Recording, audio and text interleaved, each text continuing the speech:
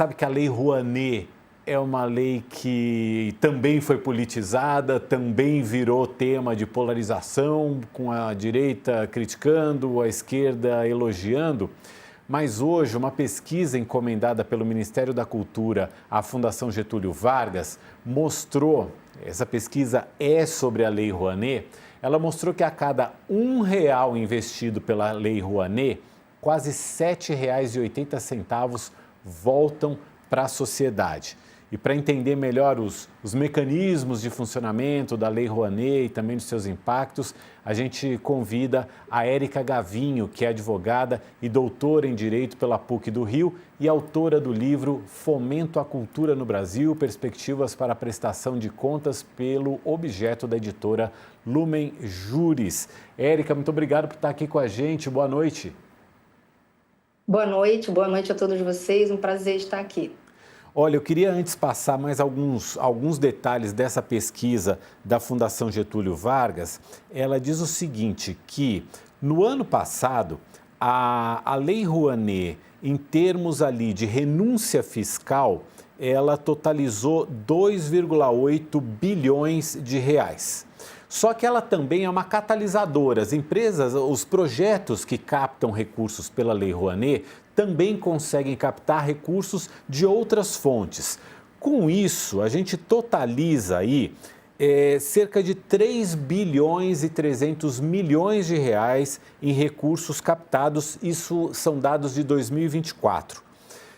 Desses 3,3 bi, houve um retorno, houve um movimento econômico, esse montante gerou um movimento econômico de 25,7 bilhões de reais. A pesquisa disse que esse impacto foi responsável por manter ou gerar 228 mil postos de trabalho em toda a economia nacional. E olha que interessante, em gerar 3,9 bilhões em tributos federais, estaduais e municipais. Ou seja, a Lei Rouanet acaba tendo um retorno em tributos maior do que ela acaba gastando em termos de renúncia fiscal.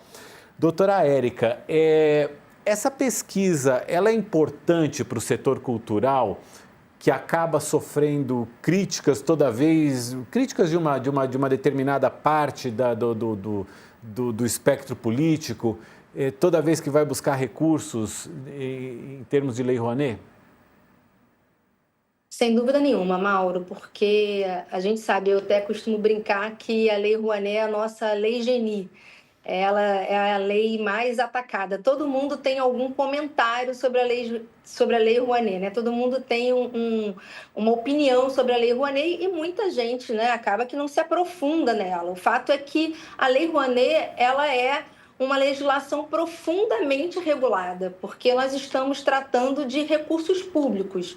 E recursos públicos, por força de determinação constitucional, eles têm que ser fiscalizados. Então, ela é muito regulada e muitíssimo fiscalizada, ou seja, todo mundo que utiliza os recursos da Lei Rouanet para viabilizar os seus projetos culturais também presta contas desses recursos. Então, acho que esse é um primeiro ponto para dizer, porque assim, não é um recurso que você pega e gasta como você quiser. Além disso, é muito importante estúdios como esse, né? A FGV já tinha feito um estudo lá atrás, em 2018, mas foi um estudo em termos de espectro muito inferior a esse é muito mais avançado, que já demonstrava a importância da Lei Rouanet para a economia brasileira, para o desenvolvimento do Brasil. Então, esse estudo de hoje ele é muito importante para demonstrar à população, quando ela tem eventualmente alguma dúvida em relação à importância, o impacto da Lei Rouanet para a nossa economia, esse estudo traz números superlativos, né? Você vê, você aporta 3 bilhões, você tem um retorno de mais de 25 milhões, manutenção de mais de 220 mil, quase 230 mil empregos, entre outros números que são muito significativos. Então, é evidente que estudos como esse são muito importantes para a defesa dessa legislação, que é muito importante para um setor que gera emprego, renda, tributos, como estamos vendo, ou seja, desenvolvimento para o país, mas que também traz alegria e desenvolvimento de um modo geral para o país. Então, obviamente que esse estudo é extremamente importante, não só para quem atua no setor, mas também para a população em geral, para que as dúvidas possam ser esclarecidas sobre a importância e relevância desse mecanismo de fomento à cultura. Júlio, Letícia, se vocês tiverem perguntas também para a doutora Érica, é só se manifestar. Eu vou... Você quer falar, Começa, Letícia? Júlio, pode começar. Então vai lá, Júlio. Tudo bem. Professora, eu queria entender uma coisa, assim, esse estudo, como a senhora pontuou, é importante. A gente está falando basicamente de incentivos, né, de imposto que seria pago por uma empresa e que vai para um projeto, né? A gente tem na administração pública federal exemplos múltiplos de outros setores que se usufruem de benefícios, né? A lei do bem, por exemplo, a lei de informática, as empresas deixam de recolher PIS, COFINS, e em troca de investir em pesquisa e desenvolvimento aqui no Brasil para gerar emprego. No fundo, a gente está falando de basicamente a mesma coisa, só que a gente precisa lembrar que, no caso desses outros incentivos, a gente não tem um controle, né? O TCU, voltando a falar do tribunal, já cansou de fazer apontamentos e recomendações de que os ministérios precisam acompanhar para saber se esse dinheiro está sendo empregado devidamente, né? E no caso da Lei Rouanet, como a senhora bem pontuou, isso já acontece, né? Então, a minha pergunta é o seguinte: por que, afinal, essa lei foi tão demonizada politicamente? Ô, Júlio, eu acho que ela foi capturada, né, lamentavelmente, nesse debate, nessa polarização que se tornou o Brasil.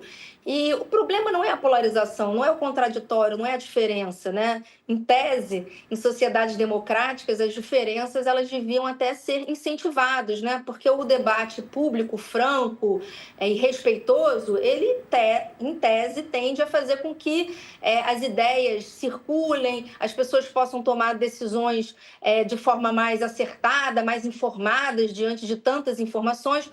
O que aconteceu em relação à Lei Rouanet e à cultura, de um modo em geral, foi uma captura, lamentavelmente, por um espectro da disputa política que desqualificou totalmente e que, infelizmente, se vale de informações falsas, né? Ou seja, em relação à própria regulação, como se o recurso não houvesse...